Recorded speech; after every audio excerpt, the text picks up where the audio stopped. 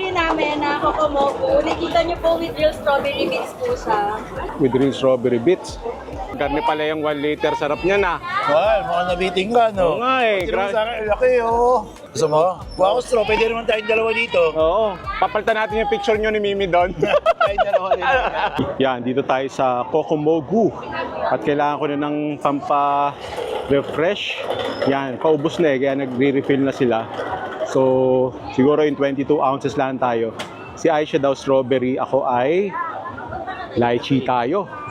Lychee Kokomogu. Grabe yung 1 liter, oh. May lychee talaga, oh. Yan, pagod na, busog na, naanghangan na, kailangan natin refreshment tayo ito. Kokomogu Club. Mas kita nyo naman, napaka-refreshing itsura pala ang. Excited na akong inumin na rin. First sip. Thank you, Lord.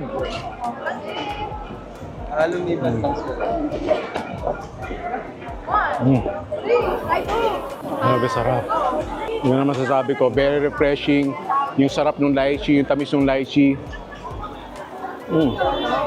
Pagkatapos ng food trip na yon, ari ang iinumin mo, panulak mo, pang-refresh mo. Ay, siyatik me kung napapaibig!